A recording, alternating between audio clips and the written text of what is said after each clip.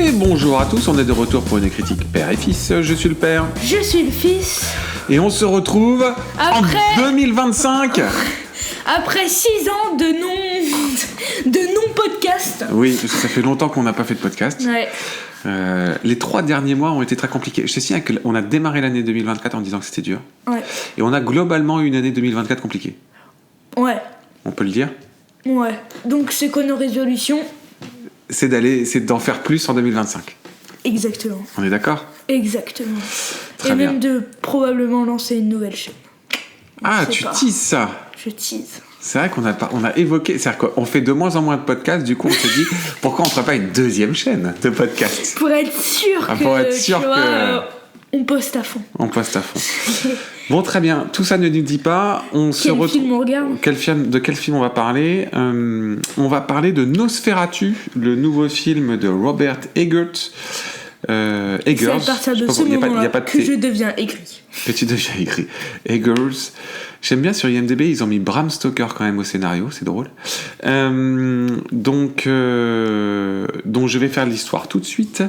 Donc Nosferatu, une histoire gothique d'obsession entre une jeune femme hantée dans l'Allemagne du 19e siècle et l'ancien vampire transylvanien qui la traque, apportant avec lui des horreurs indicibles. Je précise tout de suite parce que la gorge me fait mal, que je suis malade, donc je risque de tousser. Je vais essayer au minimum de faire le moins de bruit possible, mais comme je n'aime pas faire de montage, il y aura probablement des toux dans cet épisode. Et il faudra que tu combles quand je tousse. Très bien. Très bien. Au niveau de l'histoire, c'est pas terrible. Donc l'histoire de Nosferatu, c'est évidemment une relecture du film d'il y a un siècle de Georges Moreau. Oh là là, j'ai un doute sur la manière de prononcer le nom du réalisateur du Nosferatu original. C'est Murnau, voilà. De F.W. Murnau, film de 1922, quand même, mine de rien. 1922. Ouais, ça c'est l'originel. Ensuite, il y a eu un remake qui s'appelait le Nosferatu Fantôme de la nuit, avec l'inénarrable Werner Herzog. Non, Klaus Kinski, voilà, qui était un acteur complètement cinglé, qui est un film qui a une réputation assez particulière, le Werner Herzog, et on peut dire aussi que c'est sur la même histoire qu'est basé évidemment plusieurs films Dracula, dont le Dracula de Coppola, qui est sorti de tête au début des années 90. Et à préciser que je n'ai pas vu. T'as revu aucun film de tout ça ? Et moi je les ai tous vus. Très bien. Donc on est bien, on est raccord. Mon fils, qu'as-tu pensé du film Nosferatu de Robert Eggers ? Sincèrement. Alors, parce que tu n'es jamais sincère. Il y a une seule prestation que j'ai adorée. Pour moi, c'était la meilleure presta, voire un Oscar. Le chat.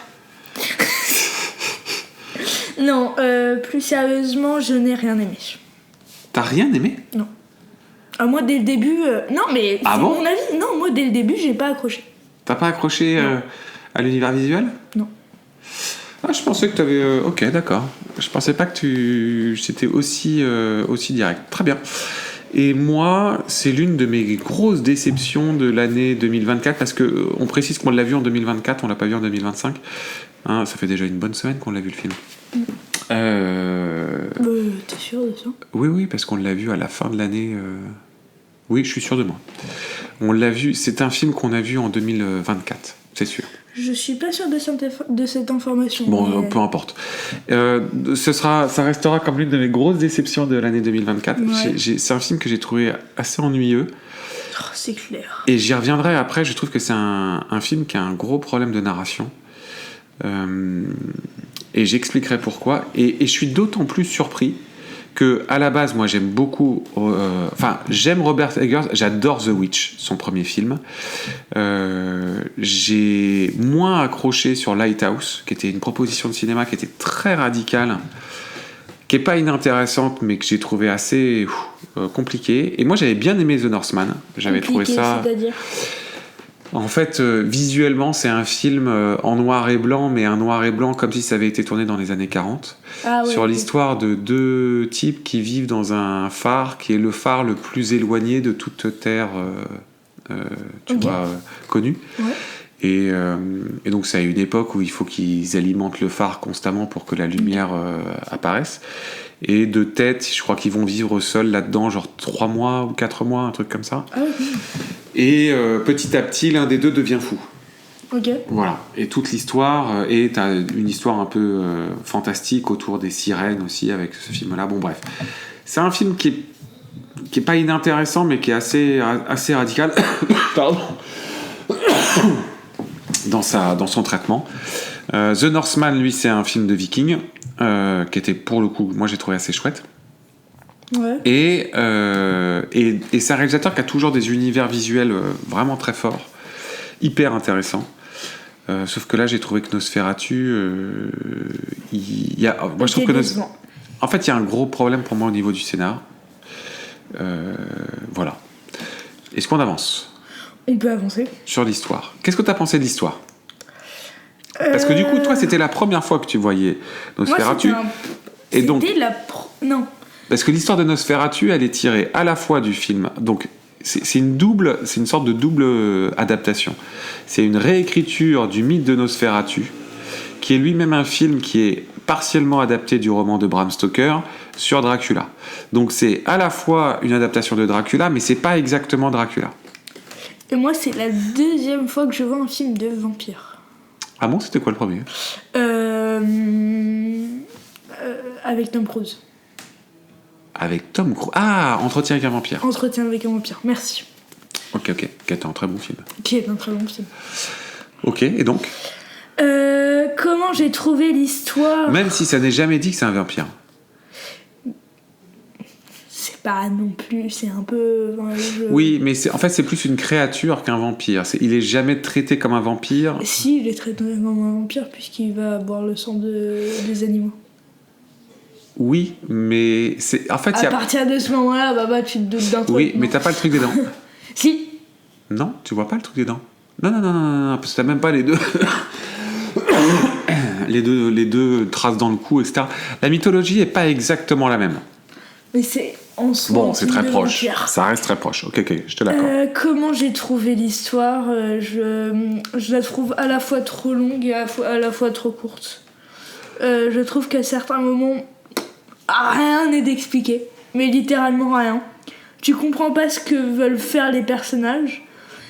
Et à la fois, l'histoire est trop longue. Oui, pour le coup, je te rejoins sur cette critique.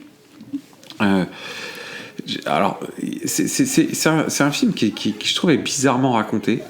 C'est comme si, en fait, il était raconté en partant du principe que tout le monde a lu le livre, a vu les films, et sait déjà de quoi ça parle. Et donc, du coup, le film ne raconte pas vraiment son histoire. Et donc,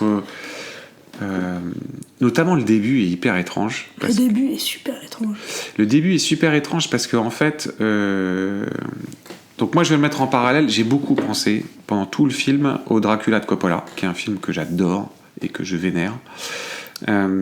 Et notamment du coup dans le début du Dracula de Coppola, il prend quelques minutes pour expliquer en fait l'histoire de Dracula, comment c'est un roi qui à la base, un prince qui faisait la guerre pour Dieu, et puis ses ennemis ont tué sa femme, l'amour de sa vie, et c'est suite à ça qu'en fait il va se maudire, il va maudire Dieu, et il va devenir cette créature de l'ombre, et il va devenir ce Dracula.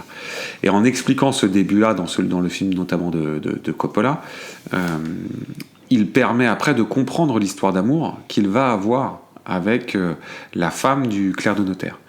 Donc tout ça, c'est pas du tout expliqué dans le Nosferatu de Eggers. Ça démarre en fait sur des sortes de flashs de souvenirs qu'a le personnage interprété par Lily Rose Depp. On comprend qu'ils se connaissent, ou qu'en tout cas ils ont un lien. Le personnage de Lily Rose Depp, on va lui donner son nom tout de suite, c'est Helen Hutter. Donc Helen Hutter a un lien avec Nosferatu, mais on ne sait pas lequel. On ne sait pas d'où ça vient. Et on passe tout de suite des années plus tard sans explication. Et ensuite, on a donc l'histoire un peu classique. C'est-à-dire qu'on a Nicolas Hoult qui joue Thomas Hutter, qui est le clerc de notaire, qui va devoir partir en Transylvanie pour faire signer au comte Orlok les documents pour qu'il acquiert sa demeure. Donc là, ça se passe en Allemagne. Et après, bon, l'histoire est à peu près la même. Et moi, c'est peut-être moi qui n'a pas compris, mais le Thomas Hutter, le notaire, qui va voir le comte Orlok, soit c'est moi il y a un truc que j'ai pas compris, soit il y a des milliards d'incohérences. Pourquoi ? Est-ce que Thomas Hutter sait que comte Orlok est un vampire ? Alors non, dans l'histoire, personne ne le sait. À partir de ce moment-là, il y a un problème. Pourquoi ? Il faut que je cite des scènes, mais c'est... Ah, tu veux dire qu'il est très bizarre ? Il est très bizarre, il se doute de rien, Mais ça, ou alors il est juste débile. Ça me dérange moins. Ça me dérange moins, même si, encore une fois, c'est... Quand même 1%. Non, mais je suis d'accord. C'est-à-dire que... Alors... Mais, en fait, c'est à la fois une qualité et un défaut. Je trouve que tu as une qualité dans le film, c'est que la créature, elle est vraiment chouette. La créature du Nosferatu, elle est impressionnante. Elle est massive, enfin tu vois, elle a quelque chose. Et d'ailleurs, je viens de voir et je ne savais pas, c'est Bill Skarsgård, celui qui fait, ça, qui incarne le conte. Donc je trouve que la créature, elle est vraiment bien interprétée. Mais c'est vrai que du coup, elle n'a qu'une seule incarnation, alors que dans le Dracula de Coppola, par exemple, il a plusieurs incarnations. Ce qui permet de résoudre ce problème de cohérence, puisque finalement, selon à qui il s'adresse, il prend une apparence différente, et donc, même s'il est très étrange, t'as une cohérence qui est conservée. Okay. Tu vois En fait, j'aurais dû voir le Dracula de Coppola. Non, mais je pense qu'il faut ce podcast. Mais... Oui, je pense que je pense que du coup ça va revenir en plus, parce que moi je trouve qu'il y a beaucoup de liens entre le Coppola et celui-là, et je trouve le Coppola bien meilleur. Et donc, en fait, je trouve que ce film incarne un problème de narration qui est que tout principe d'histoire ou de film, c'est toujours la quête du héros. T'as une quête dedans, t'as quelque chose que tu dois suivre. Et comme dès le début, on t'explique pas quel est le lien clair entre Nosferatu et le personnage de Helen Hutter, donc tu comprends qu'ils sont amoureux parce que tu connais l'histoire. Moi, je la connais l'histoire, donc je sais qu'est-ce que c'est une histoire d'amour. Mais elle est jamais explicitement dite. Tu la comprends pas, je trouve, dans la manière dont c'est raconté. Et donc, du coup, tu suis le film en ayant beaucoup de mal à comprendre quel est le lien entre ces deux personnages. Et comme tout le film est construit autour du lien de ces deux personnages, bah c'est un film qui se suit sans comprendre. Bah, je trouve que c'est pire que ça. Il se suit sans être impliqué émotionnellement. Moi, j'étais très distant dans le film. Et c'est là où, du coup, tu t'ennuies. Parce que t'es pas impliqué avec les personnages. Au niveau interprétation, qu'est-ce que tu as pensé de l'interprétation de Lily Rose Depp, qui est donc évidemment la fille de Vanessa Paradis et de Johnny Depp, que on n'avait jamais vu dans aucun autre film. Non. Parce que je sais qu'elle a fait de bons films, quoi. Ah si, moi je l'avais vu dans Tusk. Tiens, c'est marrant, je savais même pas qu'elle... D'accord. Mais elle devait être très jeune dans ce film-là. Mais après, ce qu'elle a fait... Elle avait 5 ans, c'est un enfant qui est passé... Notamment, on n'a pas vu sa série... On n'a évidemment pas vu sa série The Idol. Pourquoi, évidemment ? Parce que c'est une série, pour le coup, assez sulfureuse, avec une réputation très sulfureuse. D'accord. Non, on n'a rien vu avec elle. Qu'est-ce que t'en as pensé ? J'ai trouvé qu'elle n'imposait absolument rien. Qu'elle imposait rien, que j'ai pas aimé son jeu. Et c'est aussi une raison pourquoi j'ai complètement décroché le film. Moi, je trouve que, pour être sincère, je trouve que c'est un miscast. C'est-à-dire que peut-être que c'est une bonne actrice. Je l'ai pas trouvée forcément foncièrement mauvaise, mais moi, je trouve que le lien entre elle et la bête, je l'achète jamais. Voilà. Je ne la ressens jamais. Je trouve qu'elle n'est pas palpable. Tu la comprends pas. Et donc, à un moment donné, je pense qu'il y a quand même un problème de jeu voire un problème de casting. Je pense c'était pas la bonne actrice à caster je suis d'accord. pour un personnage comme ça. Et encore une fois, moi je repensais beaucoup à Winona Ryder, qui est donc dans le Dracula de Coppola, qui elle, je trouve, était vraiment très très bonne. Et c'est marrant parce que physiquement, elle se ressemble un petit peu, Winona Ryder et Lily Rose Depp, mais je sais pas, il y a un truc, je trouve, qui marche pas. Qu'est-ce que tu as pensé de Nicolas Hoult, qui joue donc son mari et le clerc de notaire? J'ai trouvé qu'il imposait rien, que c'est... Bon, lui m'a pas trop dérangé pour le coup. Ah ouais? Non. Bah moi aussi. Donc, je l'ai trouvé, j'ai trouvé plutôt correct. Donc ensuite, comme on l'a dit, on a Bill Skarsgård qui joue le comte Orlok, qui donc joue Nosferatu. Alors lui, pour le coup, il est hyper impressionnant. Oui, mais c'est le costume. Mais je pense il change la voix, enfin, oui. T'aurais pu mettre un gars au hasard. Tu vois. En fait, là-dedans, il est en train de... Je pense que lui, il est en train de se spécialiser dans toutes les incarnations avec des costumes très importants, parce que c'est ce qu'il a fait avec ça. Et bon, de tête... ça, c'était pas un costume très impressionnant. Juste beaucoup de maquillage. Oui, enfin c'est ça, jouer avec le côté maquillage, etc. Et on l'avait vu aussi dans The Crow.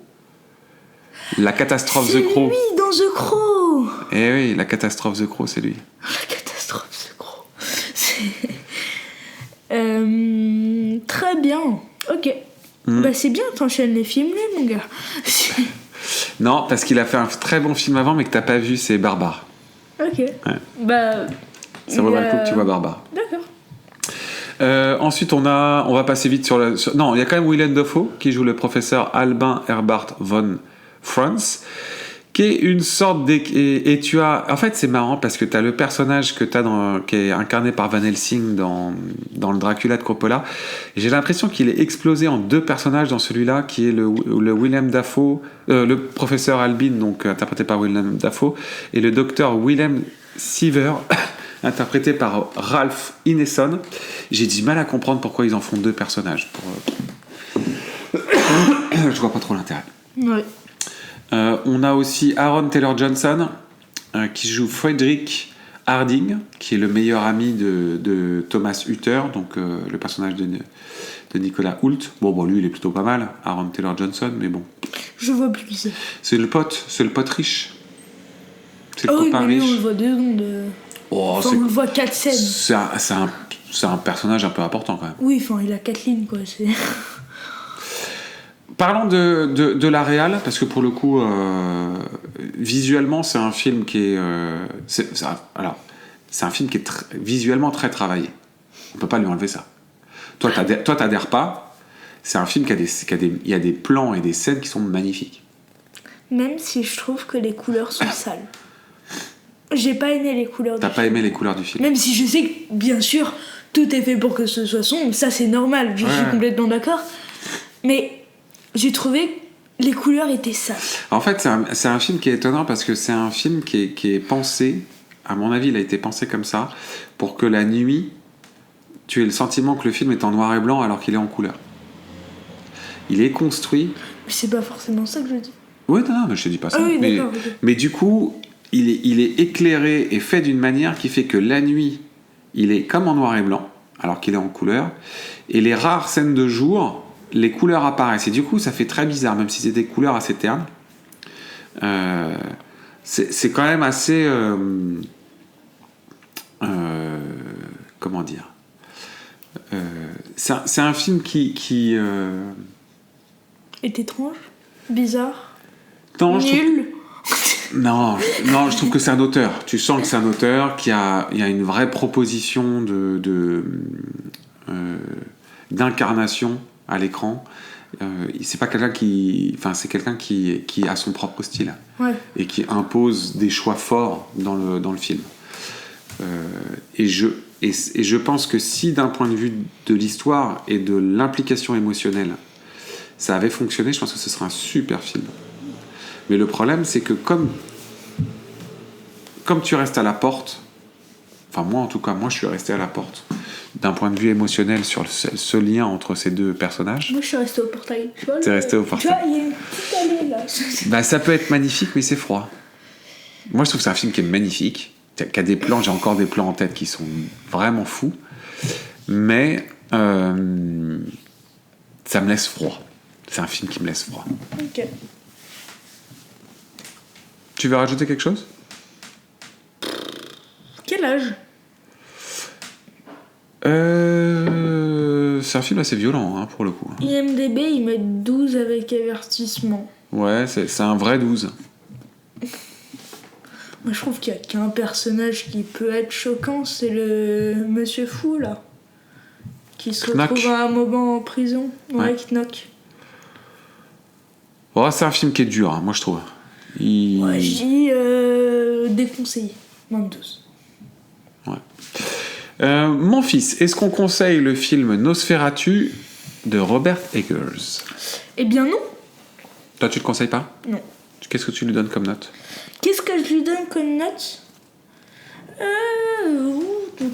tout. Sur 10, Ouais. 2. Oh non, là t'exagères. Mais non. Non, on va encore dire que t'es trop jeune et que tu comprends rien. Bah d'accord, je suis trop jeune et je comprends rien. Mais très bien. Ok. Parfait. J'accepte. Est-ce que tu sais qu'un jour on va remettre en cause mon éducation Oui, en bah disant- d'accord, en pas de dis- soucis. Et moi, même si ça a été une grosse déception, je le conseille. Parce que je Il y a pense des que choses c'est... que je comprends pas. Bah alors je vais expliquer. Il y a une bruine devant moi. Je vais argumenter. Mon argument, c'est que tu peux ne pas apprécier une proposition forte. Malgré tout, quand il y a une proposition forte de cinéma, ça mérite que chacun le regarde. Il y a trop de films formatés, trop de copies de films sans âme aujourd'hui pour ne pas conseiller quand c'est un vrai film de cinéma. C'est un vrai film de cinéma. On n'adhère pas, toi et moi, à la proposition. Ça n'empêche que c'est un vrai film de cinéma et une vraie proposition de cinéma. Et donc je le conseille quand même. C'est un super réal. Et je continuerai, et on continuera ensemble à suivre sa carrière, c'est sûr. D'accord. Voilà mon argumentation, fils. Ok. Elle tient la route. Elle tient la route. Bon, très bien. Est-ce qu'on donne le menu ? En fait, Vas-y. 4 sur 20, c'est trop peu. Mais 2 sur 10, c'est bien. Et 4 sur 10, c'est trop. Mais 8 sur 20, c'est bien. Bien. On a des gros soucis en matin. Ah là là. Mais non, mais... Ça, Ouais, non, je reste sur mon 2. Je suis trop jeune et je comprends rien. C'est ça. Et Je tu reste sur mon es deux. en train de faire une carrière de mathématicien bientôt. Très bien. Est-ce qu'on donne le menu ? Est-ce qu'on a un menu ? Est-ce qu'on a un menu ? Bah, pas vraiment. Il faut qu'on organise notre top de l'année. Je sens qu'on va le faire hyper tard. Je sens qu'on est bien parti, parce qu'on est déjà le 6 janvier quand on organise. Et le premier top, enregistre. on l'a fait quand ? Comment ? Le premier top. Ah bon, on l'avait fait, la première fois, on l'avait fait nickel. Il Ah était ouais ? genre sorti nickel. Ok. Alors, je veux pas dire de bêtises, mais je pense qu'il était sorti genre le 1er janvier ou un truc comme ça. Parfait. Ah non, on avait fait les bons élèves. Là, on est en mode YOLO, quoi. C'est...